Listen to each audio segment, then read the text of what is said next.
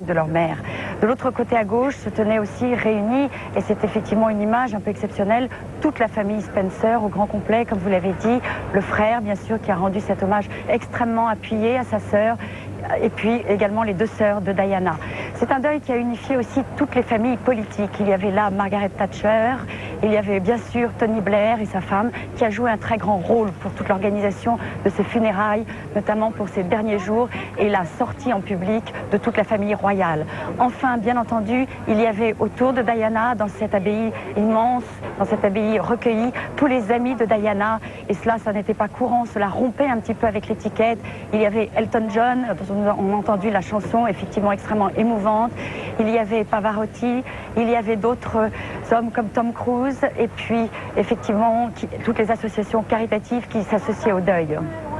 Alors, il faut s'en souvenir, Isabelle, la presse et l'opinion publique avaient reproché sa relative froideur à la famille royale. Il faut dire que les Anglais, eux, on l'a vu, pleurent depuis 8 jours à la disparition de la princesse. Certains n'avaient pas hésité à passer la nuit aux abords du parcours pour assister ce matin au passage du cercueil. Cécile Timorou. 5 heures ce matin, à côté de St. James Park, sur le parcours du cortège funèbre. Beaucoup d'Anglais ont dormi là, à même le sol. Andrea, 22 ans, est arrivée tôt hier soir avec sa copine Becky. Elle voulait être aux premières loges. Ça n'arrivera jamais plus, explique Andrea. C'est le moment où il faut être là si l'on veut lui rendre hommage. C'est montrer du respect à cette femme si généreuse que de lui donner son temps. Après 2 heures de sommeil dans le froid et le brouhaha, Andrea fait une rapide toilette. Elle vient de vivre 2 jours et 2 nuits incroyables avec une idée fixe, honorer la mémoire de sa princesse. Andrea avoue qu'elle a fait la queue toute la nuit dernière, pendant 10h30 pour signer le cahier de condoléances. Et maintenant, dit-elle, Mère Teresa qui meurt, c'est triste. De l'autre côté du boulevard, juste en face, une famille a planté sa tente. Andrea les a fixés toute la nuit, admirative devant tant d'organisations. Un face-à-face entre 2 inconnus qui ne se rencontreront jamais. Dans la tente, Monsieur Deere et ses 4 filles se réveillaient à peine. On est venu hier soir pour mettre des fleurs. Et puis, je sais pas, il y avait une bonne ambiance, alors j'ai dit est-ce que tout le monde veut venir cocher ici ce soir, pardon. Et puis, ils ont dit qu'ils voulaient bien, alors on est venu. Et vous aimiez beaucoup les Titi? C'est la seule que j'aimais, alors je suis venue pour dire au revoir. Pourquoi vous aimiez seulement elle dans la famille royale? Je crois parce qu'elle nous comprenait mieux, elle était jeune, puis elle n'avait pas peur de venir voir les gens. La famille Deere passe ses vacances à Cannes, d'où le français de Johanna. Monsieur Deere est venu à Londres pour que ses filles assistent à cet événement historique. Moi j'étais là avec mon père pour l'enterrement de Churchill, il y a 30 ans. Les amener ici, c'est un peu comme pour moi à l'époque. L'histoire se répète. Après ces océans de fleurs déposés un peu partout dans le pays, l'Angleterre démontre encore une fois son attachement à Lady Di, princesse du peuple. 30 000 personnes ont dormi dehors, rejointes tôt ce matin par des millions d'autres venus dire un dernier adieu à la princesse de Galles. On l'a vu tout au long de la matinée, plusieurs écrans géants avaient été disposés dans Hyde Park pour permettre à la foule d'assister à la cérémonie religieuse. Le glas a retenti tout au long du cortège. Après les funérailles, le cercueil a quitté l'abbaye de Westminster pour regagner les terres de la famille Spencer où la princesse sera inhumée dans l'intimité. Isabelle Marc et Patrick Delporte ont rencontré ce matin un groupe d'Écossais venus spécialement à Londres pour cette cérémonie. Victoria Station, il est 6 h du matin. Une centaine de bus supplémentaires arrivent de tout le pays depuis 3h30. Seuls ou en famille, souvent avec des fleurs à la main. Ces voyageurs ont généralement passé la nuit dans l'autobus et repartiront ce soir. Joe et Josie Fox viennent de Glasgow avec un groupe d'Écossais rencontrés dans le car. Premier pas dans une ville inconnue. On se contente de suivre les autres, vous savez, c'est la première fois qu'on vient à Londres, alors on va là où les autres vont.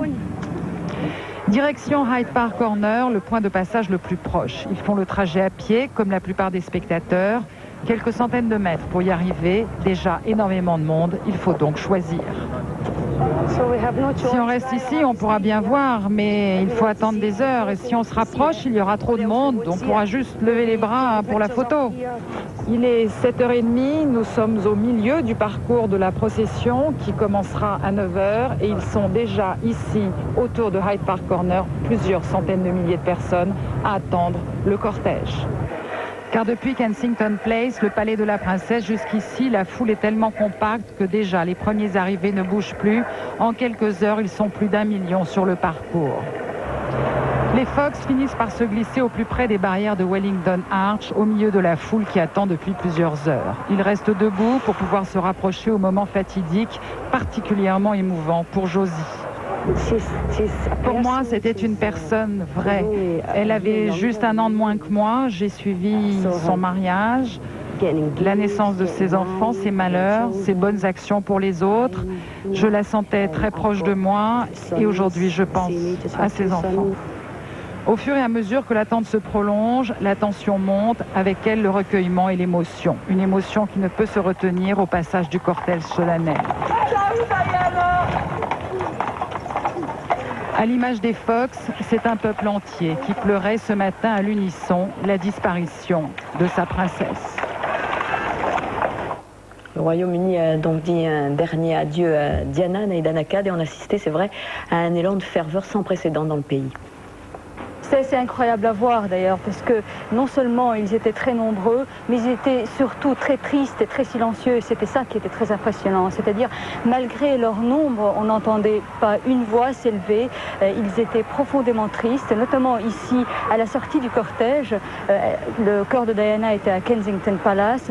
Quand le cortège est sorti, on s'attendait quand même à ce que quelqu'un crie quelque chose. Il y avait quelques petites voix, mais sinon un silence et un respect dont ils ont fait preuve à Diana et l'amour, bien sûr, dont ils ont fait preuve depuis 8 jours maintenant. C'était assez impressionnant et très émouvant pour tout le monde. Il y avait même des commentateurs de la BBC qui avaient les gorges nouées. Certains avaient des larmes aux yeux. C'est un grand moment. Pendant que vous parliez, Naïda, on apercevait les images du cercueil de Diana emmenée dans une limousine noire vers sa dernière demeure, Althorp, le domaine de la famille de Diana. Et puis ce matin, à Paris, au pont de l'Alma, il y avait encore une centaine de personnes venues rendre hommage à la princesse de Galles, là où avait eu lieu l'accident samedi dernier. Il y avait des Anglais en majorité venus apporter des fleurs depuis 8 jours d'ailleurs. Des témoignages affluent à cet endroit où Diana a perdu la vie avec son ami Dodi Al-Fayed, donc au pont de l'Alma. Autre titre de l'actualité de ce samedi, la mort de Mère Teresa, qui était d'ailleurs très proche de Diana. Les deux femmes s'étaient rencontrées à plusieurs reprises. Mère Teresa s'est éteinte à l'âge de 87 ans à Calcutta, là où elle avait fondé l'ordre des missionnaires de la charité, et c'est là qu'elle sera enterrée samedi prochain. Dans toute l'Inde, à majorité musulmane, l'émotion est grande, toute religion confondue. Le pays a salué la mémoire de celle qui avait voué sa vie aux humbles. Pierre Barretti. Une simple plateforme de bois dressée dans le hall de prière de l'ordre des missionnaires de la charité à Calcutta. La dépouille mortelle de Mère Teresa repose là depuis hier soir. Cette religieuse née en Albanie était devenue le prix Nobel de la paix 1979 pour son action en faveur des déshérités et des mourants. Elle s'est éteinte ici à 87 ans, victime d'une crise cardiaque. Et immédiatement, la foule s'est pressée pour lui rendre un dernier hommage. Le 26 août dernier, pour son 87e anniversaire, des enfants des bidonvilles de Calcutta étaient venus chanter pour elle. À l'annonce de sa mort, les religieuses de l'ordre de la charité ont écrit ces mots. Mère Teresa est retournée à Jésus.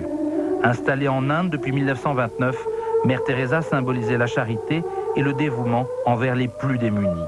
Aujourd'hui, devant l'immense émotion soulevée en Inde, dans les communautés hindoues et musulmanes, les religieuses ont décidé de faire transférer le corps de Mère Teresa à la cathédrale Saint-Thomas.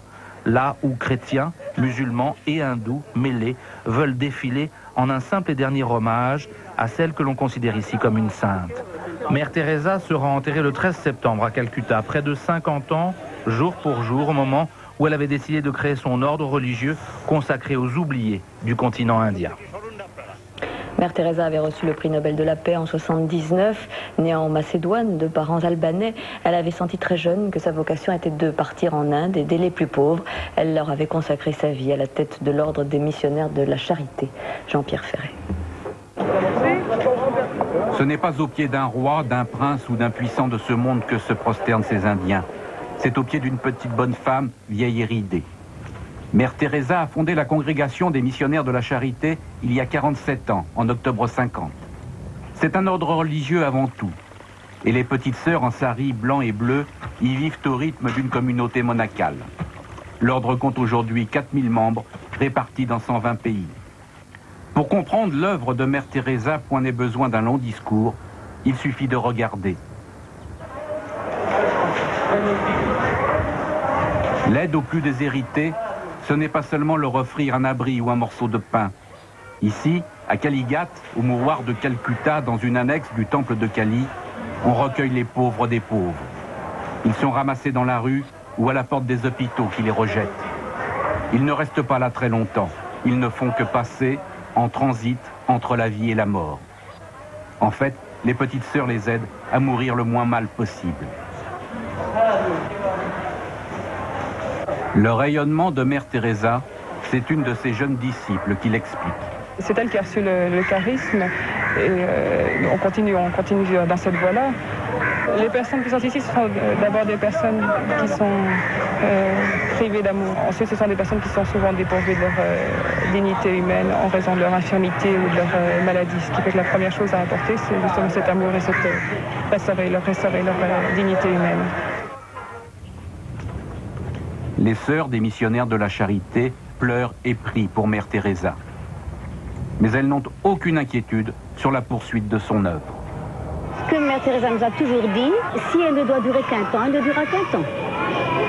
C'est ça qu'elle envisage. Et si c'est vraiment une œuvre de Dieu, elle continuera. Donc on n'a pas tellement à se tracasser pour l'avenir. Le pape a envoyé un message aux missionnaires de la Charité et a célébré une messe ce matin à la mémoire de Mère Teresa dans sa résidence d'été de Castel Gandolfo. Immédiatement après avoir appris la nouvelle, Jean-Paul II avait dit sa profonde douleur et sa grande émotion.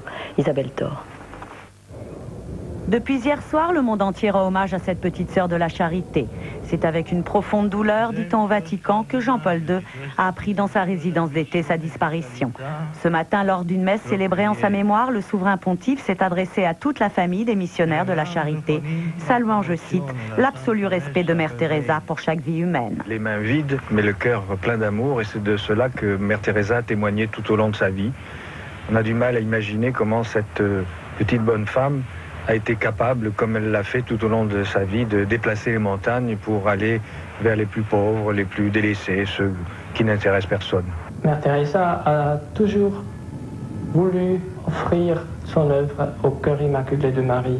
C'était vraiment une espèce de fusée qui était animée, je crois, surtout par une foi extraordinaire, une foi à soulever les montagnes. Je crois que c'était ça le combustible, le carburant de la Mère Teresa. C'était cette foi en l'idée d'aider les pauvres de l'Évangile, cette foi en le Christ, et elle voyait d'ailleurs dans chaque lépreux l'image du Christ.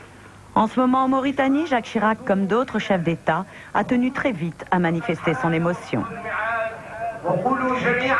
Mère Teresa était l'une de celles et de ceux qui, par leur cœur, par leur dévouement, par leur amour des autres, par leur don de leur personne aux plus défavorisés et aux exclus, montraient la voie. C'était une personne incroyable, s'est exclamé Bill Clinton hier soir. J'ai eu la chance, a-t-il ajouté, de la rencontrer à plusieurs reprises. Toute sa vie, Mère Teresa aura montré l'exemple. Aujourd'hui, partout dans le monde, 4000 missionnaires de la Charité poursuivent son œuvre. Dans le reste de l'actualité également aujourd'hui, la difficile sortie des cosmonautes de Mir. Le commandant russe et le cosmonaute américain sont restés 6 heures dans l'espace sans avoir pu trouver de fissures sur le module accidenté après la collision de juin dernier. Françoise-Marie Morel. La mission a échoué. Les 2 hommes sont pourtant restés dans le vide cosmique autant que leur réserve en oxygène le permettait. Cette nuit, engoncés dans des scaphandres bien particuliers, les explorateurs de l'espace ont quitté Mir, le vaisseau mère, confiants mais quelque peu stressés. Ces combinaisons transmettent au sol des informations sur l'état physiologique des 2 cosmonautes. Ainsi, le cœur du pourtant très chevronné commandant de bord s'est mis à battre 2 fois plus vite au moment de son arrivée dans le froid spatial. Toutes ces données vitales sont lisibles sur des écrans de contrôle au centre de commande. C'est le russe Anatoly Solovyov qui, 6 heures durant, a inspecté la coque du module occidenté. Le cosmonaute était pour cela accroché à un bras articulé que dirigeait l'Américain Michael Fall. C'est l'ingénieur de bord qui, d'un des hublots de la station, filmait l'intervention. Le commandant a tenté de localiser le trou par lequel l'air de la capsule s'était échappé, mais en vain. Ils n'ont rien trouvé. Ils ont pourtant inspecté 5 endroits de la coque accidentée. Ils ont vraiment fait tout ce qu'ils ont pu. Les cosmonautes ne sont pas retournés à bord totalement bredouilles. 2 des 4 panneaux solaires ont, grâce à leurs efforts, été correctement réorientés. Le mystère du module accidenté reste toutefois entier. Aucune sortie dans l'espace n'est envisagée avant le mois prochain. Mais déjà au sol, les experts émettent l'hypothèse qu'un simple joint serait fautif et responsable du vide qui règne désormais dans une partie de la station. Également, il y a eu un nouveau massacre en Algérie. Hier soir, 49 civils ont été tués par des islamistes présumés. Ça s'est passé dans la banlieue d'Alger. Jacques Chirac est arrivé en Mauritanie hier pour une visite officielle de 2 jours. Le chef de l'État entend marquer son attachement au continent africain où il se rend pour la 5e fois. Et il a annoncé déjà une aide française pour l'alimentation en eau des quartiers défavorisés de Nouakchott. Il doit se rendre aujourd'hui dans le désert, à Attar, la ville natale du président mauritanien. Un nouvel attentat en Corse. Une gendarmerie en Corse du Sud a été attaquée par 5 hommes la nuit dernière. Ils ont emmené avec eux 2 gendarmes avant de les relâcher dans le maquis. L'explosion a fait de gros dégâts. Cela s'est passé à Pietrocella, à 20 de kilomètres au sud d'Ajaccio, et le FLNC vient de revendiquer l'attentat, tout comme d'ailleurs l'explosion qui avait eu lieu devant le siège de l'ENA à Strasbourg au cours de la semaine. Avant de commencer notre page sportive, voyons comment les pilotes de Formule 1 ont rendu hommage à leur manière à Lady Diana. Les écuries britanniques portaient le deuil ce matin à Monza et une minute de silence a été observée à midi devant les stands. Damon Hill, qui avait été récemment anobli par la couronne d'Angleterre, et Jackie Stewart, triple champion du monde écossais, ont tout particulièrement tenu à rendre hommage à la princesse de Galles. Quant à la course qui se déroulera demain, il s'agit de la 13e épreuve du championnat du monde. Le public suivra bien sûr surtout Michael Schumacher et sa Ferrari, sans oublier Jacques Villeneuve qui s'est bien classé ce matin aux essais libres. Jean Alesi a également réalisé un bon temps, mais on en est déjà maintenant à la séance d'essais qualificatifs. Alors où en est-on, Catherine Pic ? Eh bien Claire, vous veniez de parler de Jean Alesi. Jean Alesi très à l'aise ce matin, qui a travaillé en vue de cette séance de qualification.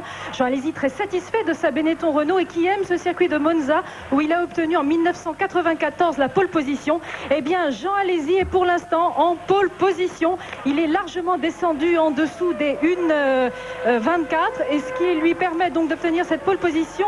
Un temps très très chaud. Il a tout de même réussi cette pole position qui a changé 8 fois de main. Longtemps dévolu au jeune Giancarlo Fisichella, la nouvelle idole du public italien. Quelques tours pour Hakkinen, quelques tours pour Heinz-Harald Frentzen. Finalement, donc, Jean Alesi est en pole position. Il aura à ses côtés Heinz-Harald Frentzen. Derrière, Giancarlo Fisichella et Jacques Villeneuve, qui a réussi le 4e temps, suivent les 2 McLaren Mercedes. Quant à Michael Schumacher, à quelques minutes de la fin de cette séance de qualification, il n'est que 8e. Merci beaucoup Catherine, et je vous le disais encore en titre, la mort de Sir Georg Scholti, chef d'orchestre anglais d'origine hongroise. Il s'est éteint la nuit dernière à Antibes à l'âge de 84 ans.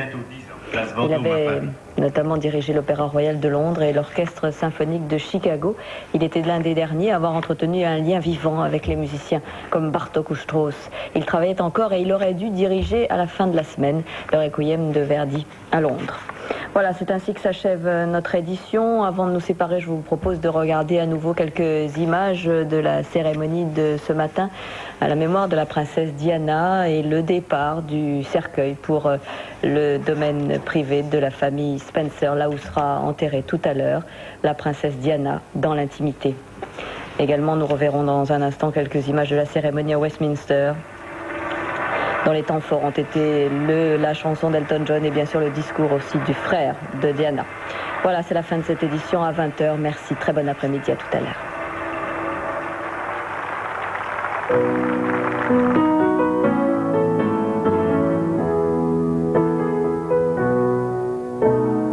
Goodbye, Rose. May you well grow in our hearts. You are the greatest place to serve. Well, I've were torn apart. You called out to our country, and you whispered to those in pain, now you belong to heaven, and the stars spell out your name. And it seems to me you lived your life like a candle in the wind, never fading with the sunset when the rain set in. And your footsteps will always fall here along England's greenest hills. Your candles burned out long before your legend ever will.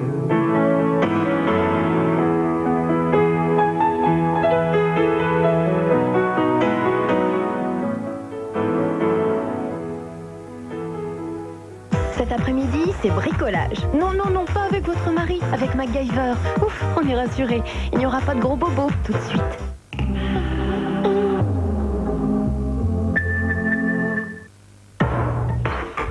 Varilux Système AER, le premier verre progressif qui combat les effets retard. Varilux Système AER, tout voir avec la plus grande précision, instantanément sans faire de mise au point. Varilux, un Vérésilor.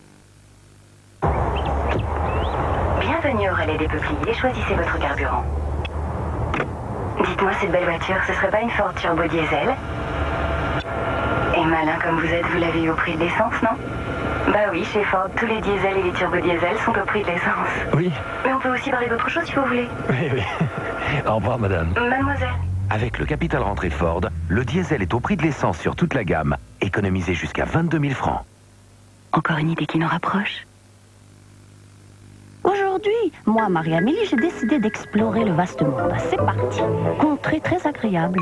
Mais tu marches! Climat tempéré, doux, ni trop froid, ni trop sec. La pluie. Marie-Amélie, toujours la bonne température. Tu marches! Je me plais beaucoup ici. La végétation est luxuriante. Et les indigènes?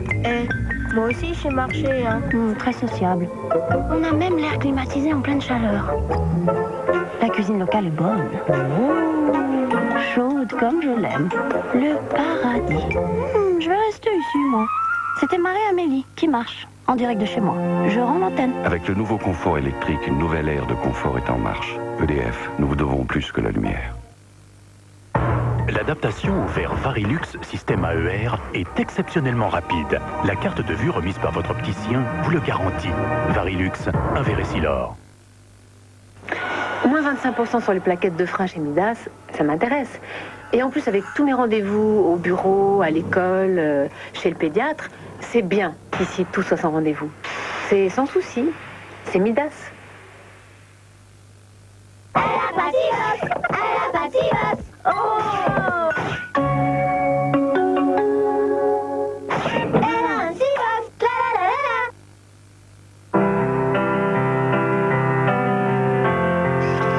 Oui, maman, tout va bien. Le chat aussi, oui. Mais on dirait qu'il aime pas l'eau. Parce que tu vas rire. La machine à laver, eh ben, elle a un petit peu débordé. Et la moquette de la chambre, eh ben, elle a un petit peu foutue. Oui, ça c'est sûr, ça aurait pu être pire, oui. Comment ça? Tu aurais pu ne pas être assuré au Crédit Agricole? Parce que le Crédit Agricole assure? C'est rassurant. Crédit Agricole, l'imagination dans le bon sens. Inoubliable Yves Montand, la collection de ses plus grands films. Chez votre marchand de journaux, ses plus grands films en vidéo. Inoubliable Yves Montand. Cette semaine, le numéro 2, César et Rosalie, la vidéo et son livret, 39 francs. Quel talent! Cette jeune fille ne connaît pas encore le pouvoir de crunch nouvelle génération. Plus croustillant. Et plus explosif que jamais. Eh, dis donc, tu sais que j'ai vu Josie avec Marco. Oh, pauvre Sophie, trop dur pour elle. Tu ne ferais jamais ça, toi, hein?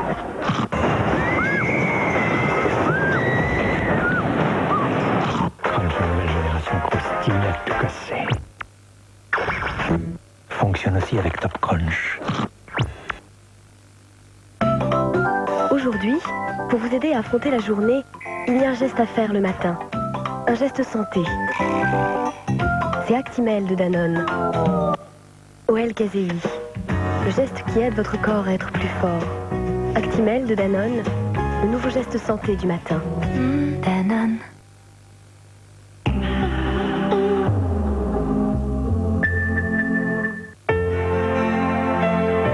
Découvrez Sud Lointain avec le concours de Téléstar. Au-delà des 100 000 monts, un empire indompté depuis plus de 20 siècles que nous autres occidentaux nommèrent l'Indochine. 12 000 kilomètres, un autre monde. Jurons de ne jamais oublier ce jour, celui de notre arrivée en Indochine. J'aime votre fille, elle sera ma femme. Elle portera mes enfants qui seront vos petits-enfants, c'est le but de ma vie. C'est bizarre cette sensation que j'ai avec moi. Je vous aime. L'Indochine, mon Sud lointain.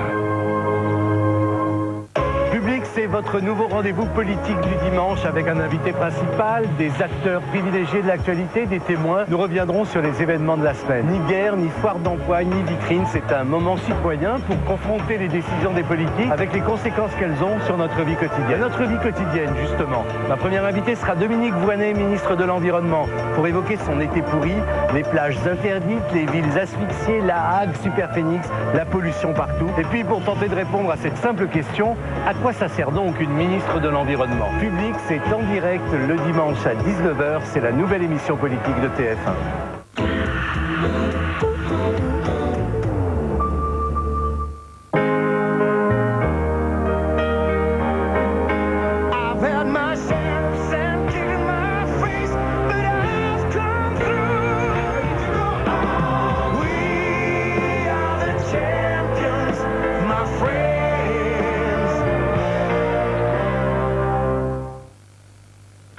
Les mini berlingots Nestlé, ça donne plein de nouvelles idées. Mini berlingot, l'énergie des rigolos. Perdu, John. La direction a jeté ta super idée. Qu'est-ce que tu veux dire? C'est pas dramatique, ils n'ont pas retenu ton projet, c'est tout. T'auras sûrement plus de chance la prochaine fois.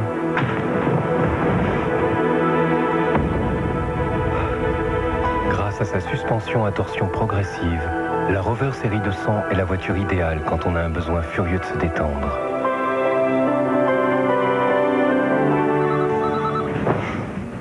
J'ai une autre idée.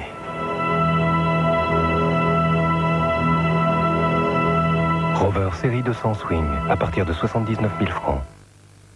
Je cherche un Inky Time 5.5, s'il vous plaît. Un quoi? Inky Time 5.5, un roller. Vous voyez pas? Rollering Point. Si vous n'arrivez pas à prononcer ce nom, demandez le dernier Reynolds. Fitness de Nestlé, c'est différent. C'est du blé complet.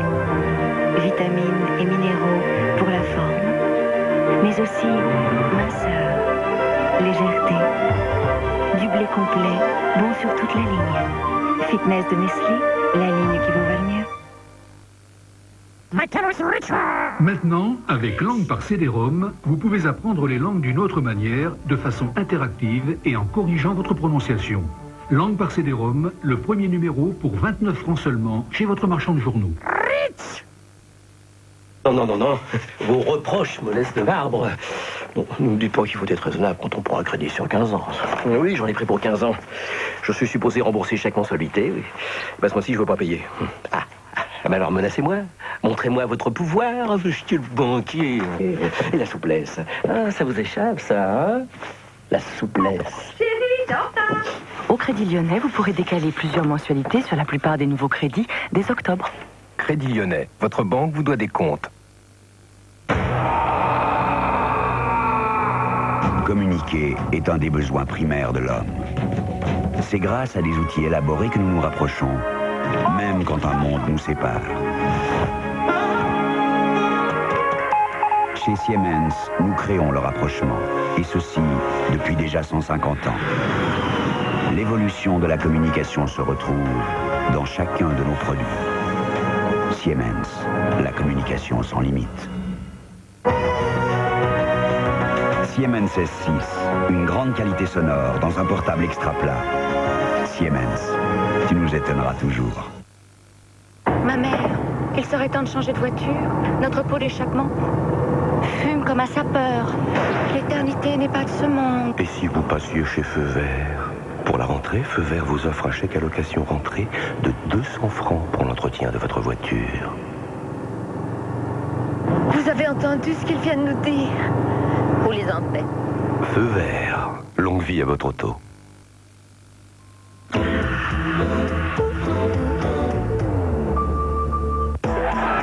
Mettez-vous dans la peau d'un champion et entrez avec soin dans le monde du football avec Start des laboratoires Garnier. Moi je marque des buts même à dinosaure, je suis le filou Michel Platini qui échappe aux griffes du gros Basile Boli. Oui j'en veux comme Rouménigue. Des tartines de résultats, un grand verre de vitamines, une bonne dose de spectacle, un grand bol d'humour. C'est Téléfoot chaque dimanche à 10h40 avec les croissants sur TF1. Ciné Dimanche avec le concours de Whirlpool. Entrez dans un monde fantastique. Whirlpool, le monde de l'électroménager. TF1 présente de l'aventure, du suspense, de l'amour, de l'action et aussi des cascades, des trahisons, des effets spéciaux, des poursuites en train, des faux, des méchants aussi, et puis des conspirations. Soyez aventuriers. Alan Quatermain, dimanche 20h50 sur TF1.